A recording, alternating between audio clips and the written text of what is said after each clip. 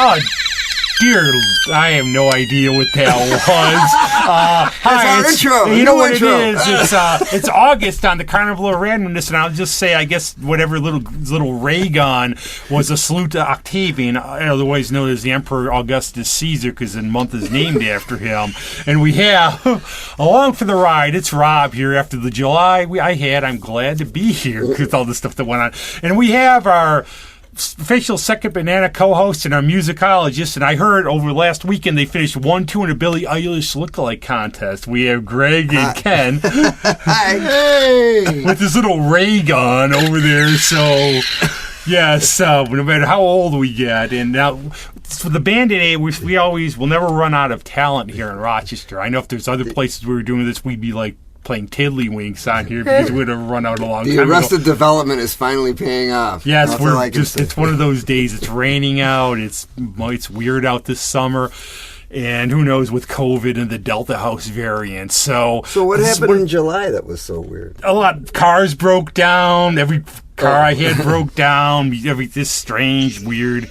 But so one of the favorite names of bands around Rochester, the Archive Ravens, are here. And because there's a trope going on with this show, I've been messing up names so much when I introduce the guests. You can introduce yourselves and tell us a little about yourselves. Ava, right? No, either of you, but I don't want to do it. I don't want to do it. Hi, I'm Ava. I'm Tom. And that wasn't hard. I could have done that. Hi, Ava. Hi, Tom. How did this all come together? How'd you get up here? What's your origin story? Sure. Well, I guess we could first talk about the story of the band name, because a little bit before the show we were talking about that. All right, I first met Ava at, I first really started noticing Ava at a little house show that our mutual friend Jordan put on, and pretty much all our friends were invited to come up, play little sets of their originals, and Ava decided to hop up at the last minute. She didn't bring anything, and she wasn't really prepared, but she decided to hop up and do Great Gig in the Sky, and just kind of, played out a little part on the keys and belted it out.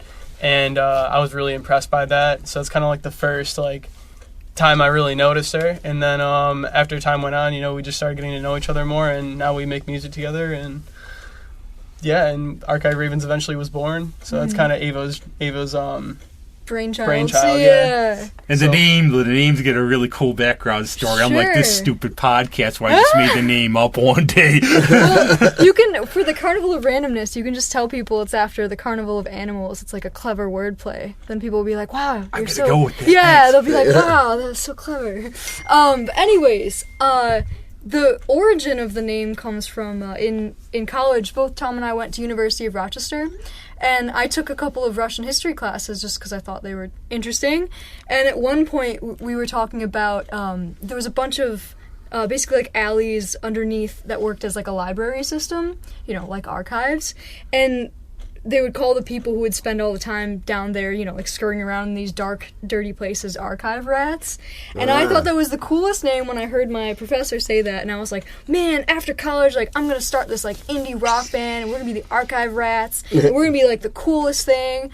And then as I was finishing up college and getting very much more serious about, getting into music in a more focused way, that was still the idea, but my dad was like, oh, that's so gross, you can't be rats, that's, you have to do something more I know a band called the Rat Kings, actually. I know a band called the Rat Kings, which I always thought would make a good shirt logo. Yeah. The Good Rats. Good Rats is great. Oh my gosh. I like Rat King, that's sweet. Yeah. You can do so much with it. Did you ever see the Ghost in Dewey Library? Because I went to U of R for grad school. Supposedly there's a ghost, and I like how the archives, we used to have to push they would move, you push them. Mm-hmm. And I always remember freezing in Harkness Hall, for history classes and stuff. Sorry. No, that's about Russia, though. You said something about in Russia, too, the Archive Ravens. Yeah, well, so the Archive Rats was the name that they just, called the kind of, bookish, nerdy people running around, scurrying around through the underbelly of the library system. But then my dad was like, you can't be rats, that's gross. So I was thinking about, what other animal would be cool. And for me, so in my a cappella group, my, nickname and, things like that, we had, names on the back of our shirt. Mine was Blackbird, because I sang on the Beatles song Blackbird, I sang the solo, and, you know, my friends in acapella were like, oh, Ava, you're such a bird. That's very much like the animal that I relate to. So I was definitely thinking it's got to be some sort of bird. And at that same time, I was learning about ravens in mythology and their significance. And they're actually... Enough with the ray gun while the guests are talking. And I don't know, I was really moved by the significance that they have across so many different cultures, and how similar it was all across the world. In both, you know, Native American cultures, in like actual like Indian cultures, in Norse mythology. Yeah. What is his ravens' names are? Oh my gosh, I'm cool thinking in my names. head they're really cool. Odin's ravens' names? Yeah, I always would put Come my... on, Rob, that's you, man. Yeah, I write that on my Christmas cards. Yeah, no, I should know this. I knew it at one point. But anyways, ravens in mythology... They were Heckle and Jekyll. No, they were magpies. Oh my gosh. They Don't have you know such cool anything? names. But in mythology, they are usually the connection between the mortal world and the spirit world, because they feast on carrion like dead animals. They're that connection where they'd be carrying the dead bodies to the spirit world, and they were like the messengers, the same way that, you know, you use like birds to send things. The ravens were thought of as the messengers between these like two worlds. And so that's like both looking at the past, looking at the ancestors, but also they were seen as like prophesying the future. So they were this connection between all of time. So you've got birds that are free to move all across space, and then you've got ravens in specific are free to move all across time, and they're this huge like needle between like sewing together all of these disparate cultures. And for me also, I love the name because I'm a huge Neil Gaiman Sandman fan, and you know the use of his raven, Morpheus is Raven. So, and it's also cool for like all kinds of merch. I think of that for like Friends bands and stuff. Yeah. Well, it's kind of like the allegory with the crow. The same thing with the crow takes the spirit. That whole thing with that whole story there. Yeah, they're actually from the same family. They're both corvids, right? Yeah, ravens are sweet. I once saw a raven fight off a hawk in the air. It was like a bird battle. It was sweet. See, we have everything on the show. big. We have a little bit of, you know, and I think blue jays are related to crows too. I'm pretty sure. Now we get rid of the big. Would this be ornithology? Is it? This is we're changing. We're not going to do music today. Anymore? No, we're not doing bird bands. Let me get my round glasses and my See, this is hat. why we call this Carnival of Randomness. We go on. And now, in terms of like what you like, in terms of instrument, do you self-taught or do you do lessons? So I'm always interested in that because we always come from whatever path we come from. We always get at the same place. Yeah, I first got into music back in elementary school when it was, you know, public school, like kind of the natural time. They say you got to do chorus, so you got to play an instrument. Or if you can't play your drummer like Greg. That's right. I was terrified of singing and getting on stage in front of people like that, so I wanted to do an instrument, and I wanted to do saxophone or clarinet, so I ended up with clarinet. And so that's kind of where I started. Eventually, I transitioned into tenor saxophone because I was really drawn towards jazz. And then around the same time, I started playing acoustic guitar. It was around when I was 14.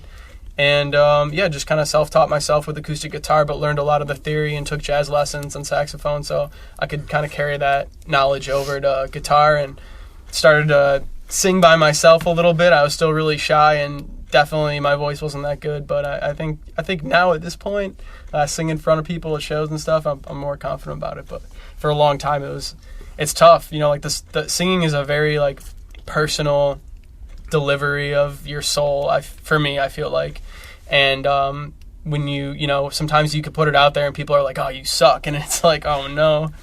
It's a tough balance because you kind of have to have part of that "Hey, dig me" attitude without coming across like that. Right. You have to have the exactly. confidence to put it over and make yourself interesting enough for people to sit there and watch and listen, you know? And you got singers like Robert Plant where they just like really are putting it out there, and it just works because they so much bravado and ego, and it just that charisma. strong. And one of the ones I always point to is I saw Rod Argent and Colin Blunstone from the Zombies play at the Trelf. And now Colin Blunstone, he doesn't go dance around like Mick Jagger. He's not like some sex symbol. But the way he holds himself, the presence, he just stands by the mic. Yeah. But you can't take your eyes off him. Right. Once you find your shtick or whatever you want to call it. Sort of like Susie, Greg, you where she work doesn't it, sit still and doesn't move, sits in a chair a lot of times. So, Ava, I'm going to put you on the spot. Sure. What impressed you the most in Russian history? Oh, what impressed me the most? There must be a fact or something, because I took a couple of philosophy of religion courses and things like that, and wow, that's really interesting. Yeah. I knew a guy who fought in the Bolshevik Revolution. Really? Honest to God, you talk about going way back in time. Wow. Yeah. First job I got out of college in my field was at the Jewish Home and Infirmary. It was on St. Paul Street back in 1970. So 1970 was, 25 years removed from World War II, and you do the math from the Bolshevik Revolution. Right. At any rate, this place hired and employed folks from all over Eastern, Western Europe, Communist, Russian, German. This place in 1970 was a melting pot of people. Wow. Survivors, That's cool. Holocaust survivors, and this one spry little old man that worked in the pot room. He washed dishes in the pot room. His name was Ivan.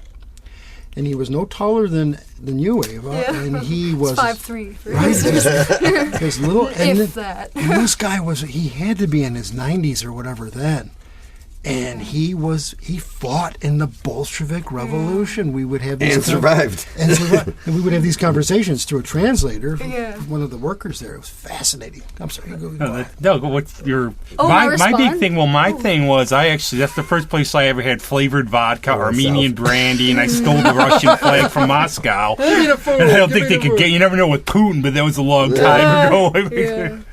Well, I guess my impressed or interesting fact is kind of looking at Stalin's rise is not necessarily inevitable, because he actually came to power only 6 weeks after he was appointed in his position. Lenin ended up having either a pulmonary embolism or something like that and died. And so Stalin it was very circumstantial that he rose to power. And if you think about the huge influence he's had on our history since then, but of course he was industrious and hardworking. He was definitely a go-getter, but he was just in the right place at the right time. Well, not for all the millions of people he killed, but but the fact that he actually came to power was just that the person directly above him just died coincidentally weeks after that. Yeah. Well, Trotsky got ice picked by him because there was a fight. It's pretty interesting. There. No, I was wondering because I'm part Polish, so it's close. But my cousin is really into stuff, and he goes to Russia every now and then, and this and that, and he finds it fascinating, and I do too. I think it's. I do. When I went, there's I so went, much of Russia's. I been was on there history literally so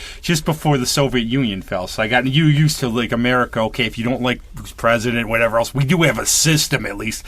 I get off the plane, there's people with machine guns waiting for you to sort of scare you, and I got pulled out of line. I guess they just did it to intimidate you sometimes, but you're sitting there looking at the papers going, you're going to be at the gulag that you read about. You realize that they could just yank you off the street. Even, yes, it was Gorbachev and it was a lot better, but still...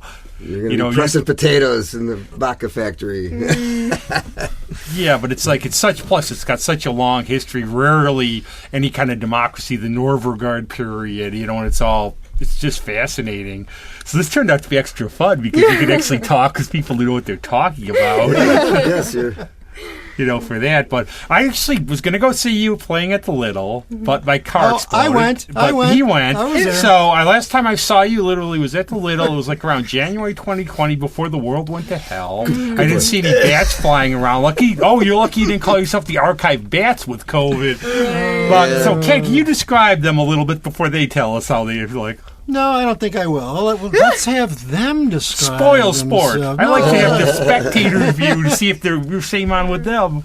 You know what? I enjoyed it. I always, and I think I've mentioned it before on shows, one of the things that is my MO this time around, now that we're back out of COVID and whatnot, is to go see things and to go hear folks that I haven't heard, that I haven't seen. Show me something new. Show me something different. And I had not seen the Archive Ravens, and as was my route that night, was to stop in at the Little, and it was very enjoyable. My route was to see Steve for a bit, then go down the Little, then my car almost died over there, and I had to go home. So, and I'd seen them before, as I said. But when I got there, the crowd was, okay. It was not spilling a capacity or anything like that, but it was early too when I got there. But it was very enjoyable. Very the two of you back and forth, and it was just very enjoyable. Was different, and it was very liking to my ears. That's the beauty of the Little, too. I think I would go down there, would do just like you. I know most bands, obviously, but I would gladly okay, what's playing at the Little? I'm going to go check them out because I know the eclectic taste there, and I think it's a great place to play, too. I love, like, the cafe vibe or old jazz club vibe, but also people are into it there, too. They're not just... They sit and listen. Which I like, and I mean, that's the mix, like you said. You go some places, you're like background for people eating burgers, you try to get their attention, but then when they're really attentive on the music, and they're fan, maybe if they've never seen you before, they're just music fans who want to see something, and especially being cooped up with the craziness. Yeah. I haven't been going out as much as I want to, mainly because of the dumb job I have. You're working all the time. I am. Between that and playing all the time, I don't get a So you go out when you have your own shows, though, right? I do. I got this thing about Facebook invites where the artist is they're going to the show. Well, I hope so. I don't phone it in anymore. No. So the instrumentation is guitar, sax, keyboard, what is it exactly? Yeah, it's guitar and keys for the most part, and vocals, vocal harmonies, that kind of thing. Harmonies. Yeah, and sometimes I'll break out the saxophone and play some stuff like that. Yeah. Have you guys jumped into doing any of the electronics and the beats and the recording and the loops and the so on and so forth? It's something I'm trying to get more familiar with. I definitely, in the majority of my life, I've gravitated towards like acoustic music. Just like the timbre of it and like the tones that you get. But I also really love the idea of like the self-sufficiency that you can get from really like exploring those spaces. Even though I don't really see myself going into like more electronic tones, I definitely am interested in like having setups that we can kind of maybe fill out sound, but not be playing 8 instruments at once and singing. Right. Personally, I've definitely been to shows where I enjoy somebody having either a loop pedal or having samples recorded and playing that back and playing the music with it. I personally enjoy performing and having everything being live. Me too. I don't necessarily like pressing a button and playing with the track. I do a duo with this guy once in a while, and he's got a loop pedal, and I play this little electronic drum thing that I have. It's just one thing, but it's got pedals too, so you can do a kick drum and a hi-hat and stuff. But the thing is, if he hits that loop button at the wrong time, he plays his chord patterns, and then he hits the pedal just a freaking smidge off, and then all of a sudden I'm in the ozone, because all of a sudden the groove, the chord pattern is out of sync, and I'm like, wait a minute. Yeah. And so there's an art to that too. Well, that's true, and it's done well. Yeah. Who's the Jacob Colliers? Yeah, the singer. Yeah. He was here a couple years ago, Jazz Fest. Phenomenal kid that is really made a career out of sophistication with all the looping and whatnot. A time and a place for it. Right. If it's overdone, if it's overused, we have some folks here locally that use the snot out of it, and it's like, just stop doing that. It's nice though. Yeah, it's nice right. that it keeps the music from being empty, because like you start, right. if you play leads, it empties it right out. Right. So it's nice to have the background. I found I really took this to heart. I saw Barry Ashkill at the Bop Shop a few weeks ago. If you look him up sometime, he's this like really good jazz drummer. He's played everywhere, and he just said it when people were talking about playing. He goes, "Look, you got to have chemistry. You got to like be able to play off each other." And I actually am more familiar with the recording process, so I was involved with some demos, and I had some friends loved them, and they were saying, "Wow, you have a great band backing," and I was like almost laughing, going, "Oh, that's all programmed in. It's no musicians." But I think you need that chemistry together too. It's gotta, and that's what he said, you can't force it, especially like with jazz. You have to play off each other, you have to know what you're doing. It's almost like if you're playing basketball, you got to know when that pass it's a conversation, really. I mean, it's like you're having a little dialogue with a bunch of people, and you got to know when to stop talking and when to talk more and whatever. Right, exactly. That's the Zoom thing. That's the one thing about the Zoom thing that always, it's like, how the hell? How do You you did keep it though. together? The one we got, the one you actually did it. Yeah, we did it, but I mean, you still have to play in a room It's not together as fun. with I mean, somebody. that's the thing. We have to, we have Zooms. I have some friends who don't live around here. They can't be on here, but it's much better in the studio when you're around each other and everything else. But I think artists make art. You create, so you always want to challenge yourself. So you probably step out and to do different things and, get out of the box. And that's the great thing about creating music. You can do whatever you want. Right, and if you have the ability to do that, like I was saying, the self-sufficiency aspect is the most appealing to me, because it would be ideal to have that chemistry, but then you also need to have someone who's just as invested in your artistic ideas as you are. And I mean, of course, for us that's easy, but I mean, not necessarily always with like a fuller band, but like you have to have that kind of in a consistency that's, especially in Rochester when there's so many people and so many bands, and even people who like your stuff, they're in like 8 bands, and it's hard to really get working with them on a deep level. Yeah. Guilty. So I think a big thing that I learned coming out of college and getting into music was really how you have to kind of do everything in this day and age. You have to be like, but of course, like I'm saying this from the perspective of the two of us, not that, not like you have to Ava do does a everything lot on your more own. work than I do. That's always best to get the one person. It's like, remember like when you were in school and they put you in those groups, you always got the person who knew no matter what you'd have. Like it usually would be me. I would do the work because they knew I didn't want to flunk. Yeah. So they would just sit back and not do anything. Yeah. Tom, what kind of music do you like to listen to? That's exactly the question I was going to. Well, how symbiotic here. We got Yes. we got it going on. What type of music? Classically I've listened to a lot of reggae. What have I been listening to lately? I don't know. Lately I've been listening back to like some Stone Temple Pilots. Love that. Some earlier Foo Fighters stuff. But I don't know. I'm a big 90s music guy. I like 90s. Great Yeah, a jazz lot of the band stuff from the STP 90s. there too. I actually went to Ottawa Jazz Fest, and Stone Temple Pilots was headlining Ottawa Jazz Fest. I'm just going, wow! I never knew they were classified as jazz. Oh wow. That's some versatility right there. They do I that, have though. listened to a lot of jazz. Jazz was a really big influence for me. At a certain point, like John Coltrane, I thought he was awesome. He's my favorite. I mean, I hate that question. I'm not going to ask you who's your all-time best, but I would put Coltrane in my top 3. Yeah, he's just so expressive with the instrument, and just love what he has to say musically on a lot of the stuff. I would say that's kind of like a palette of what I listen to. And I've been talking, actually, reggae's become a theme on here. We had my friend Justin Lloyd on here from Personal Blend, and we've been talking a lot about reggae because I've heard friends say, and we've talked about this, Greg, a lot, that it sounds so simple, but playing it's tough. Oh, yeah. It's sneaky hard. Really? It's like playing a Beatles tune. People, it's the Beatles. That's not hard. Try to Go in come there and- together. Go in there and do a Beatles tune and come out with it like it sounds on an album. Yeah, the thing with It's reggae sneaky is, hard. everybody's got to play their part, and you can't deviate.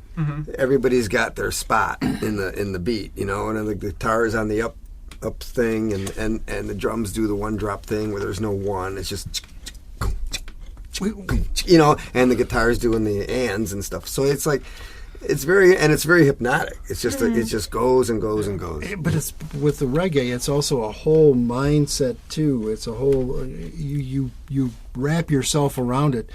One of my favorite local reggae bands, the Majestics. Yeah, they're great. We did a double bill with them at Iron Smoke just before COVID, December 2019, just before COVID, and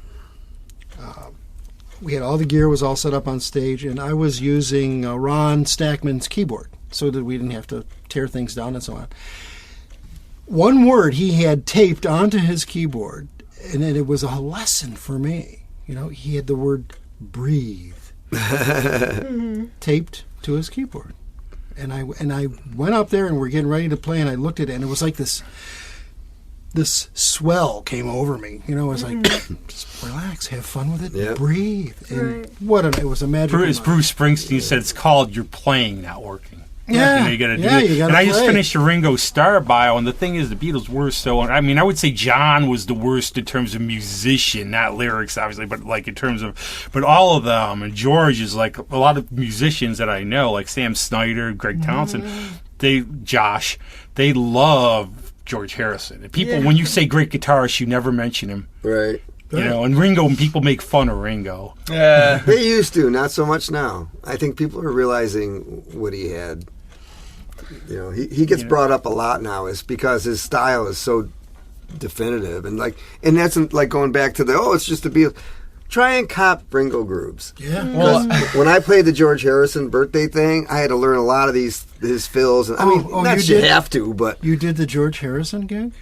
yeah, I'm doing it this year too. It's in August this year. It's not done yet. I wasn't asked yet. Oh, I see. I wonder how much of those recordings actually were Ringo, because I've heard the story. Yeah. Alan White was on some of the demos, the early stuff. I think he was on Love Me Do. Yeah. or Love Me something. Do, they brought in somebody else, but you can hear, like, on the anthology and early things, you can hear Ringo's. Yeah. Right. You know, everything. But this is, like, Good too, like, point, in though. terms of, like, your songwriting process, how do you, I know you do originals, you do covers, and what's, like, the whole process of putting together, like, the songs? It's, like, songwriting and everything for you, too. Yeah, absolutely. I think we like to start somewhere. So the whole thing with the Ravens being in and out of time is we're, kind of trying to look at different times too.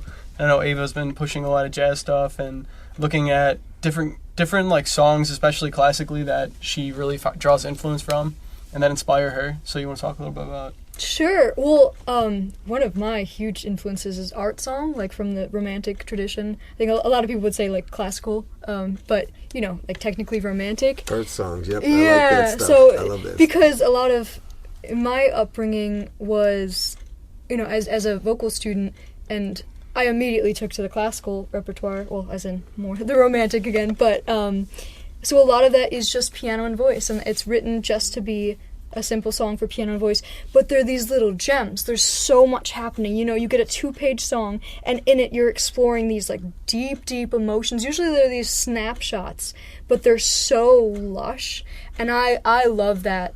So that's why, before we were talking about like groups and filling out sounds, and I think as much as like it's nice from a performance perspective and like to get energy up, to have a lot of things, I like listening to smaller ensembles where you can really hear each part distinctly.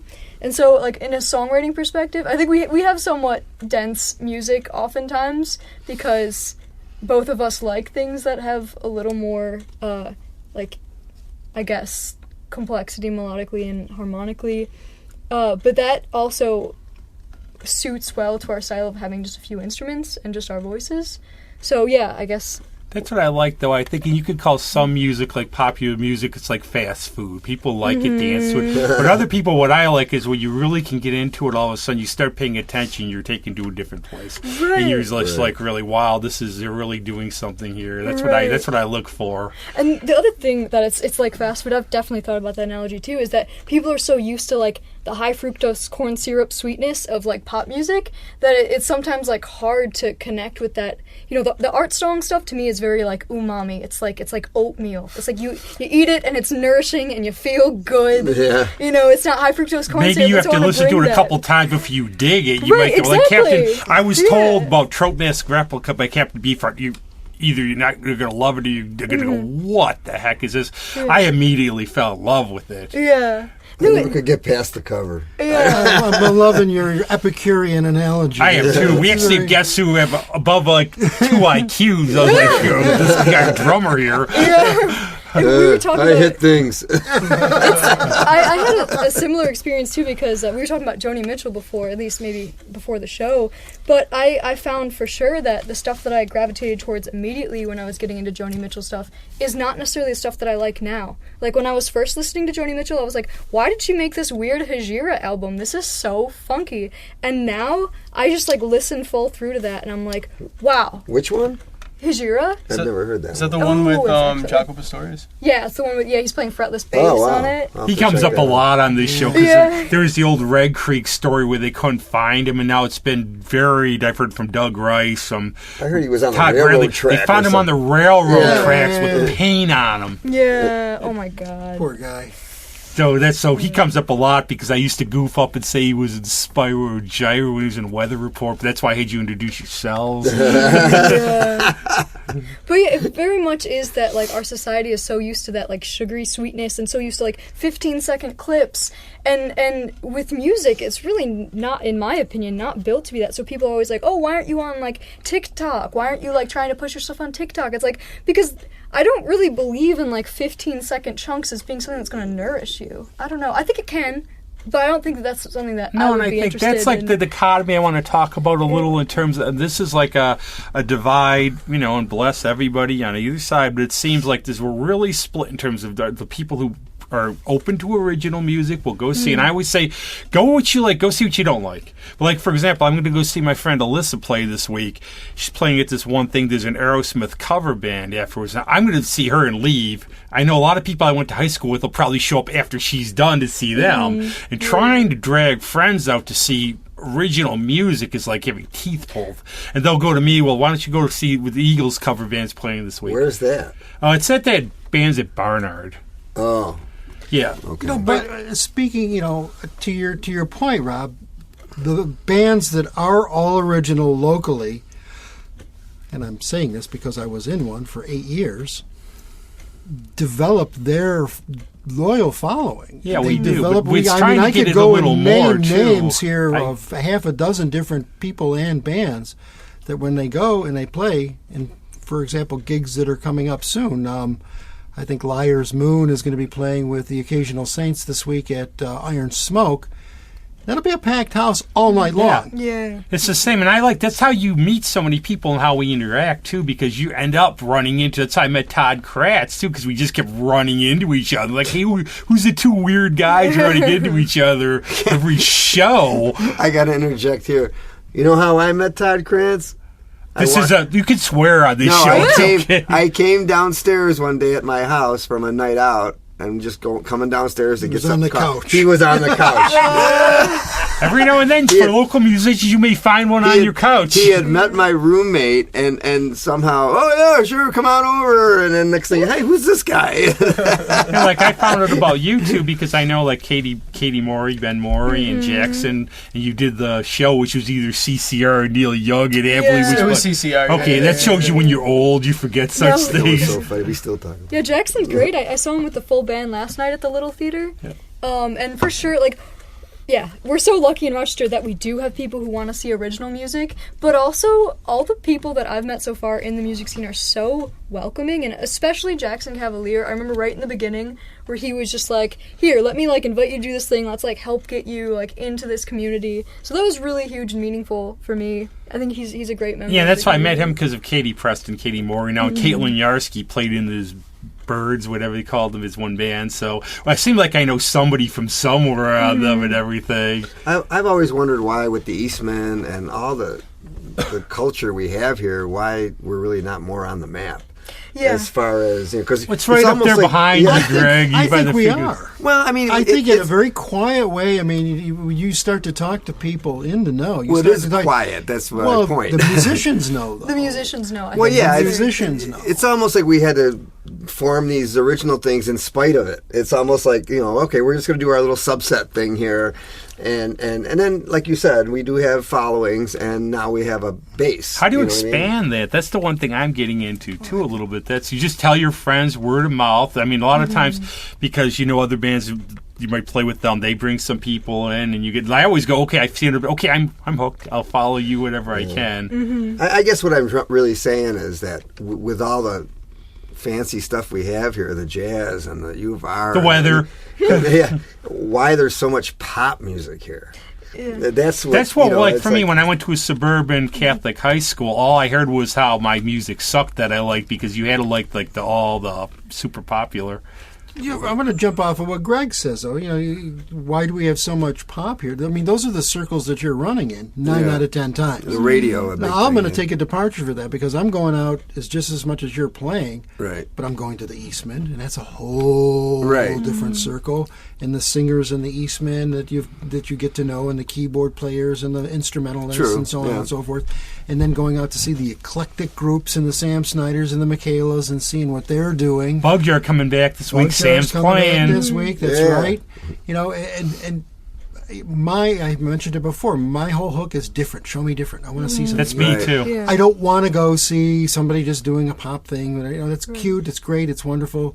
The Occasional Saints with a New Orleans kind of a hook to it. different. That's kind of cool.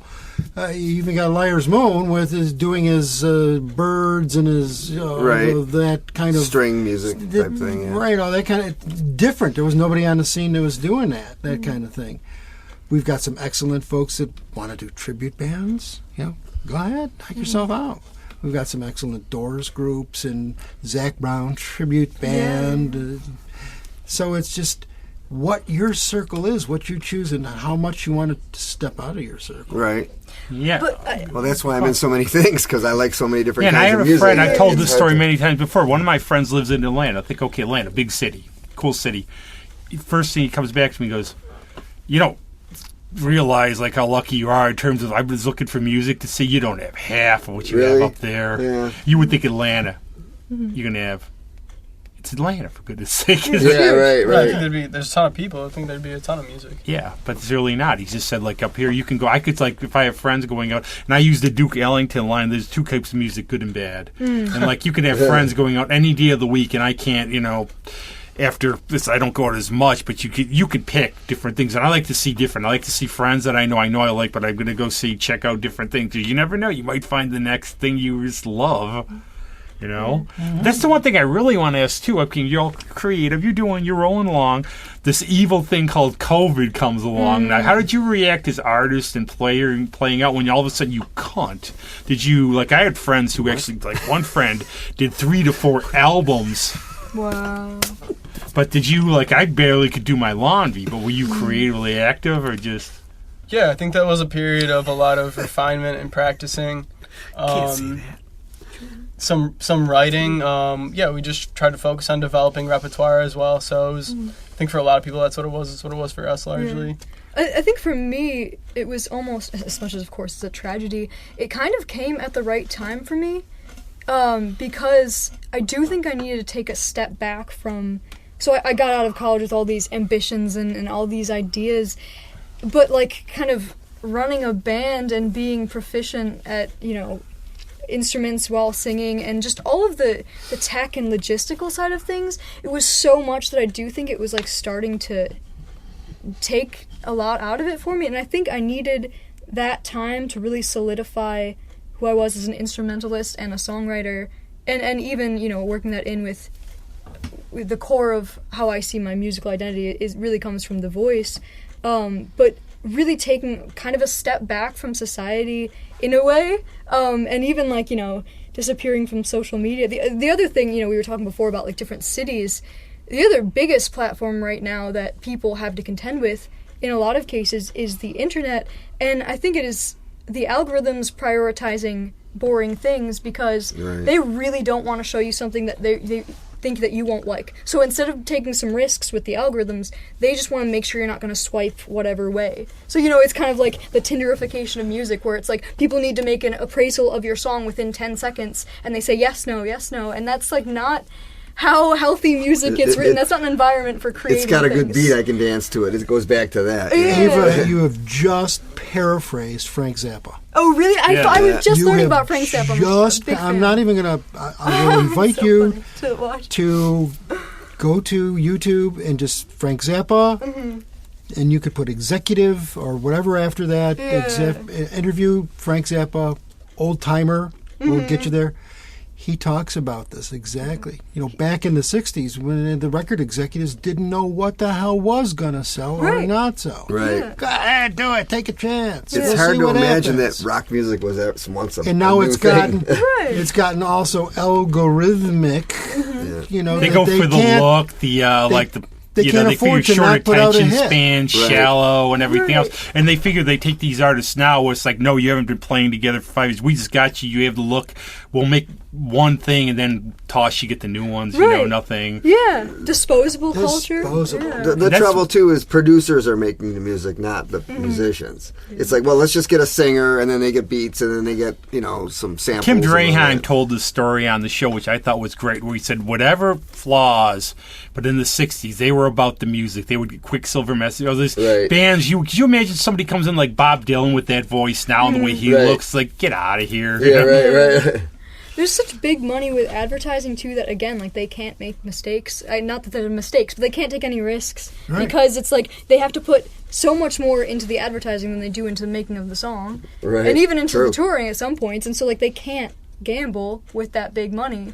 Well, I guess this is talking about like the biggest acts, the biggest of the big acts. But that reflects, that like trickles down to what everyone's doing. And so everyone's simplifying things because they're worried that if they give people who don't, they think, okay, well, people don't have attention spans anymore, so we can't make things that help people grow their attention spans. Like, no, that's the opposite way you should be going. An attention span is an important part of a person's identity, and you can't allow that to be stripped away. And I keep saying read, because like you Yeah. find out if you're on the computer, you're used to looking at something like two things. Read, that's how you learn, like read books. There's things called books. Take your time, read books. And that's the other thing, I think, the communal spirit of live music, too, where you're among people, you end up becoming friends with them. There's like an experience. It's almost spiritual sometimes, like sitting listening to the music. Mm-hmm.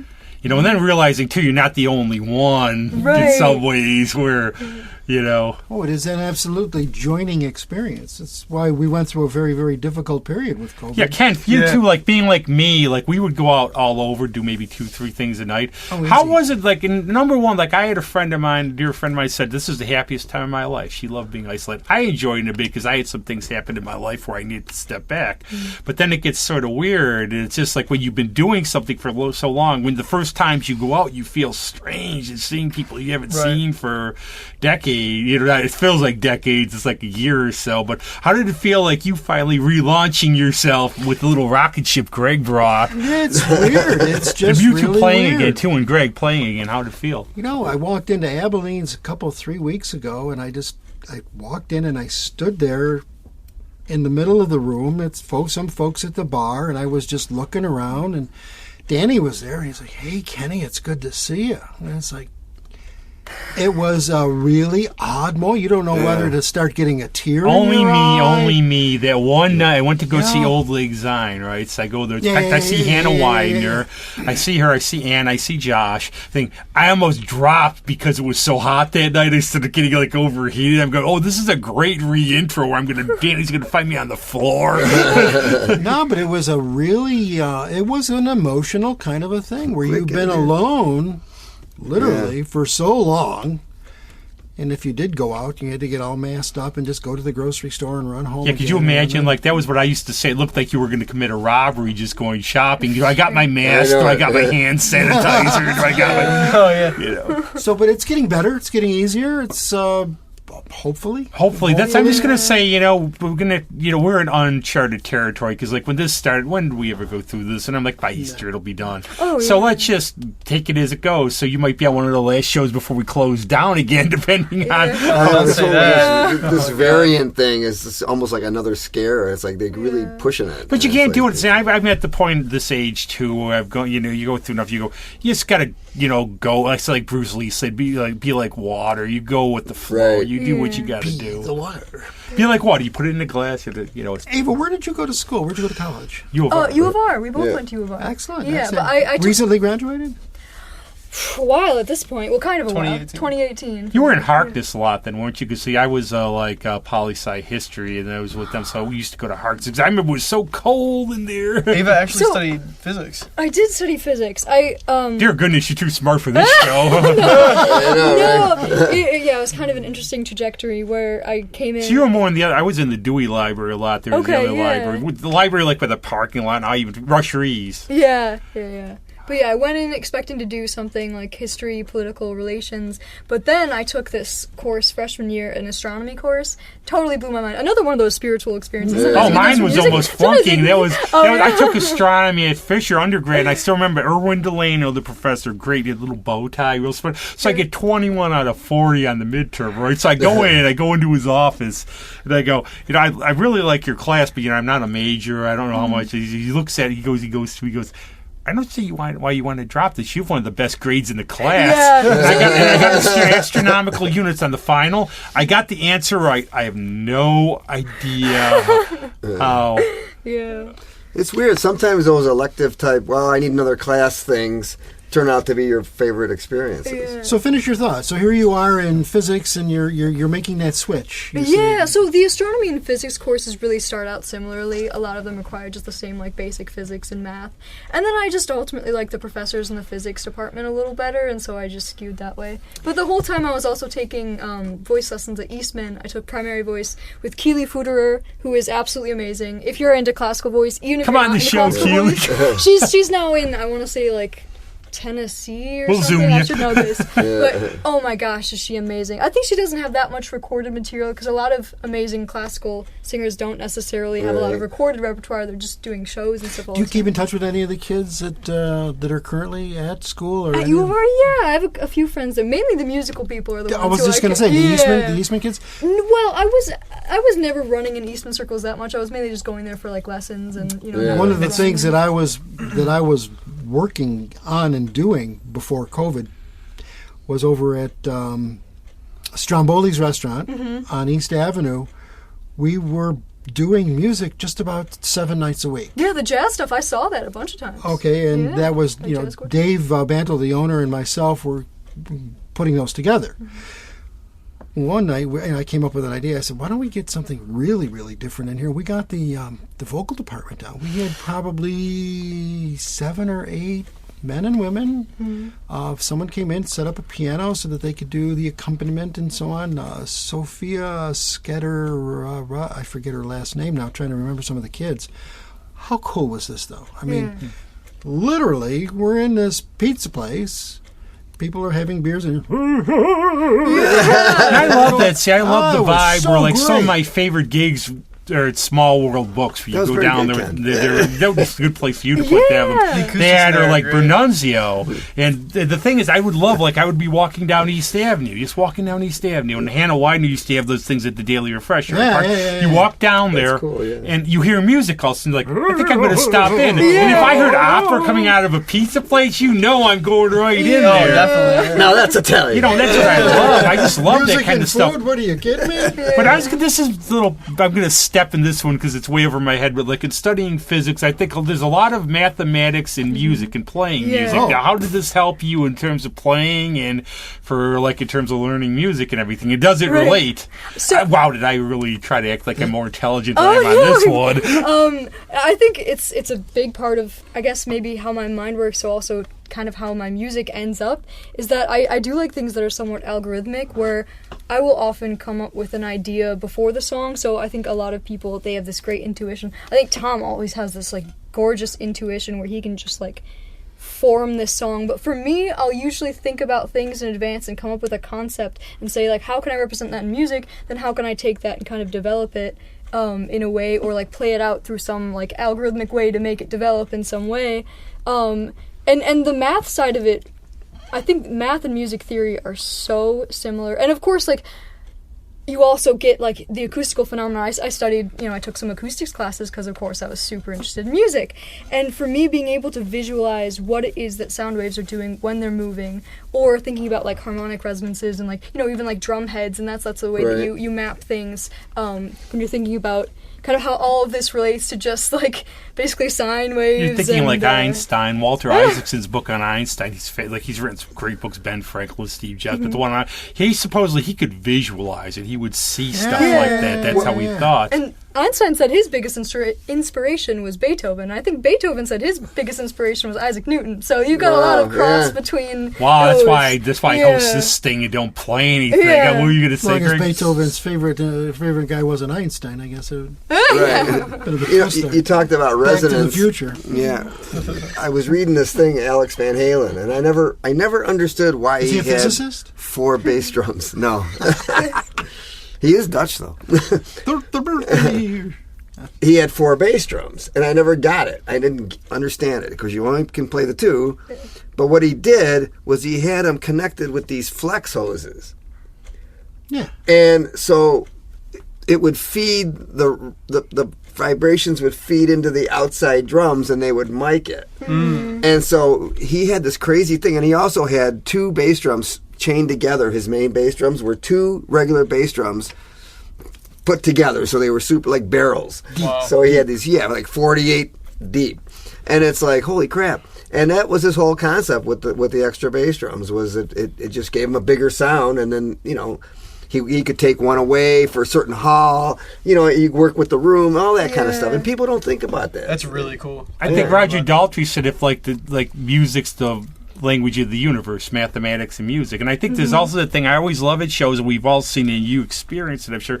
You go, and anybody I see, you have a minimum level of competence. It's going to be good. But you get those nights where I always like to say it's a little magic, where you hit like some note and you see sometimes you'll see them look at each other like, wow, this was actually our, Herb Smith. One time, I saw him at Abel. He's playing at Abel. He goes, excuse me here, but I have to say this is the best fucking way I've ever played this song. And he just goes off and playing that. And that's the buzz of live music, I think, too. He's a cool guy. Oh, he's great. So cool. And math doesn't lie. Math is absolute. Yeah. That's the thing. Like, I remember I went to the Carmine Apiece clinic. Apathy, whatever. Carmine's, Italian are you?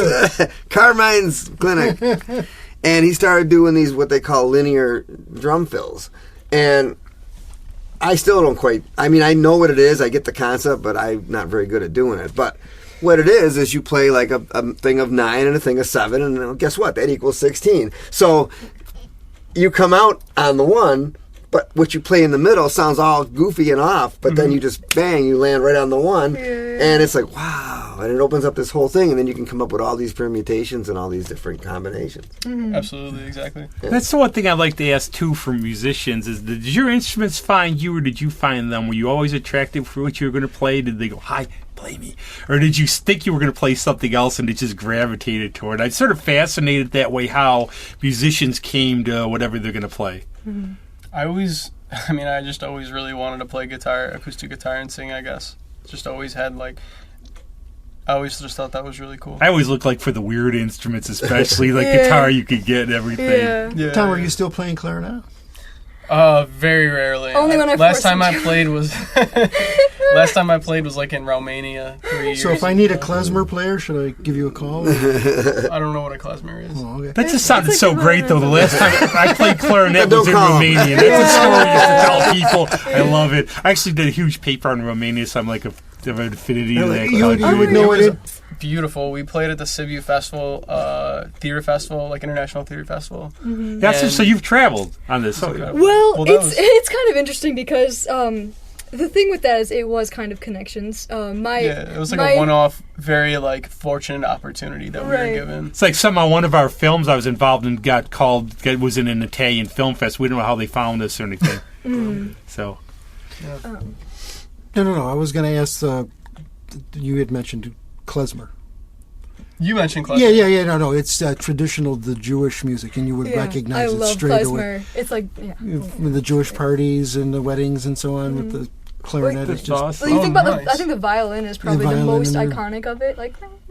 Yeah, we'll have to listen. Cool modes. Yeah, it's kind of almost got some Hungarian That sounds probably elements to the. That's kind of cool, actually. Yeah, I love. It's all. This is we always say on this show lately we could go on for 3 hours, but it's been great having you and everything. Where can we find all your stuff, and what are you doing coming up? Yeah, absolutely. We have a show at Beer Park on August 22nd. It's a Sunday. It's going to be from 12 to 3. We're playing with our good friend Jordan Rabinowitz. He's going to be playing bass with us and maybe some acoustic guitar. And for those of you keeping score, he was the one whose house concert we first kind of met each other That's at. the other cool thing is I hope house concerts can come back now because I love those. Our good friend Rick Simpson does them. I've gone to Buffalo for some, and they're awesome. That's my favorite. I saw this. There was a band, Big Little Lions. Are you familiar with them at all? A little bit. Yeah, I'm on their list, so they send me their songs. All They'll send you you get on a list, you'll go down there. But I saw them at one of these house parties, and it's a woman and a drummer guy, and he plays a little bit of keys, and they just do a duo. But that's what they were doing for the longest time. They said they make some money. And I guess they do it a lot in Buffalo. I talked to a lot of bands there. Who is this?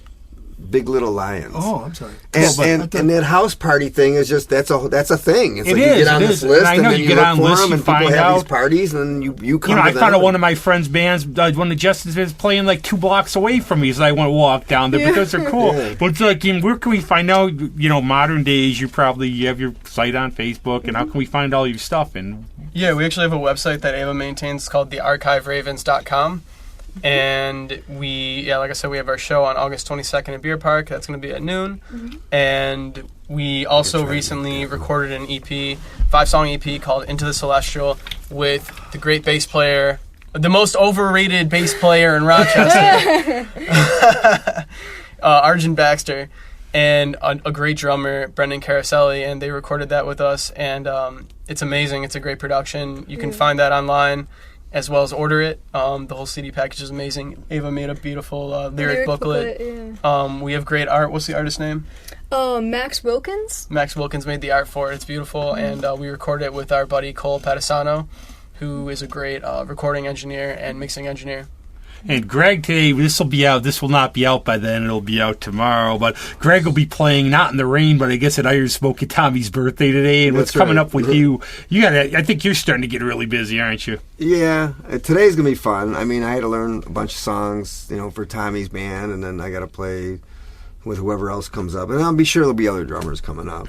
But it's always fun, and I'm getting busy. And what are you going to do with that Billie Eilish prize money for winning first prize? I got It's a a house party to play in a couple weeks, and I got the George Harrison show, and then I got this weird gig. I got a call from that band, the Keys to the Caddy, which is kind of like a Sky Coasters-ish big band. It's like Tony Infantino's in it, and my friend Reinhard Brucker called me. He said, "Hey, you want to do this gig?" And I'm like, "Yeah, sure." Is there going to be a rehearsal? No. Bring your equipment. Here's 40 songs. You know most drums. of them. You know most Ken, of them. what's up? Are you just making the scene again? Or what are you doing? Making some music? Getting out How's again. Nina doing? She's doing well. She's in France right now. She'll be back in a couple of weeks to finish up her senior year at Aquinas. But yeah, I'm getting back out on the scene again and putting some things together. Talking And to you're some just going to be folks. roaming around, look for Ken on the scene, wherever he is. Smile. I'll take your picture. Put it up on social media. Yeah. No, we've got talking to Amy Collins that she's going to be getting ready to take off again to do another 2-year stint on the road with Tim. But what she used to do here locally, I would like to keep going, and that is the Guilty Pleasures show. Yo. That's a lot of fun you'd like this, I think. that we would do it over at Record Archive. It's songs that you love but are embarrassed to let other people know about. I love that. That's Isn't great. that great? is Isn't so that good. great? And we're going to be doing a show at Record Archive. It's not yet cast in stone. I'm putting it together. And 3x88, I think I had mentioned before that we're going to be doing that again, which we will talk about. Ava, we'll talk about that. Yeah. We should do a show like about guilty pleasures ourselves. Yeah. I know Every people. metalhead I knew, like in the day in high school, used to love Neil Diamond, be afraid to admit it. But I have also this week, Bands at Barnard, our good friend of the show, Alyssa Trahan's opening on August 4th. August 5th, Adriana Nuna. Adriana Nuna, is that why they call her Noonie? I don't know. Adriana Nuna, she's playing actually with Party in the Park with Almost Queen. And we have a show, Adriana Noon, and her band at Love and Cup on the 7th, and then at the Bug Jar on the 6th, it's coming back. Sam Snyder's band's playing there, Greg Maslin's playing, and House Majority's playing, and there's got to be a whole lot of other stuff, I'm It's sure. going to be a great show. It's gone. I've already got get your tickets. Sam said they're going fast. I'm going to go down there. It's just weird seeing back, but it's great. But thanks for you two coming on. What are you going to, you have a tune we're going to play. Could you just tell us about it a little? Yeah. Fata Morgana.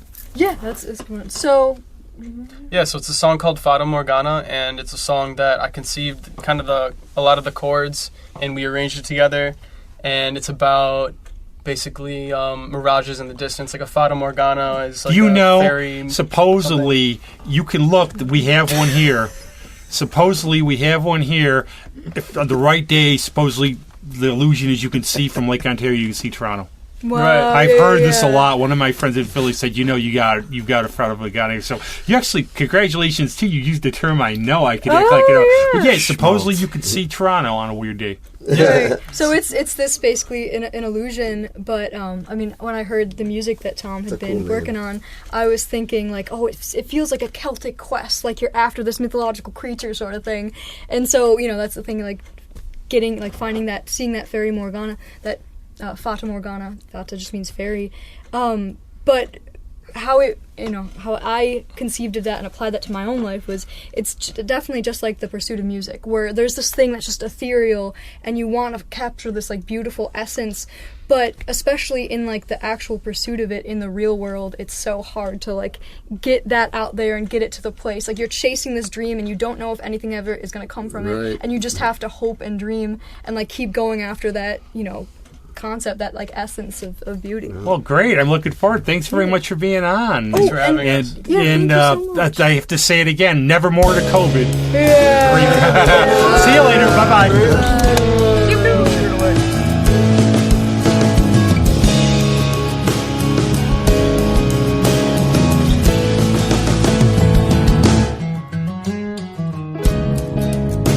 Her light shines to mine.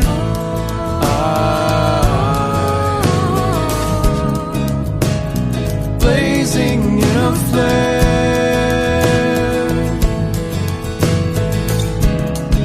She's the queen of all that lies in castles in the air. So when I look, I feel waves changing everything, easy eyes into starry skies.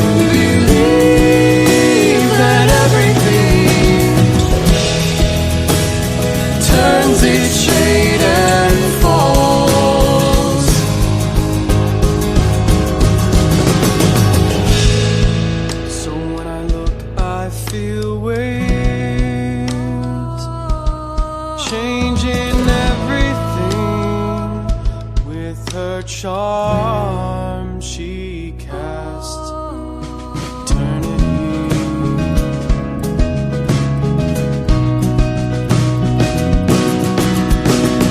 Sorceress muse, she's taken her cues from some other world.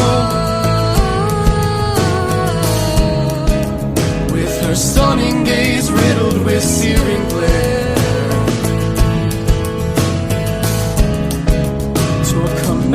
Of this grandeur, I'm sure.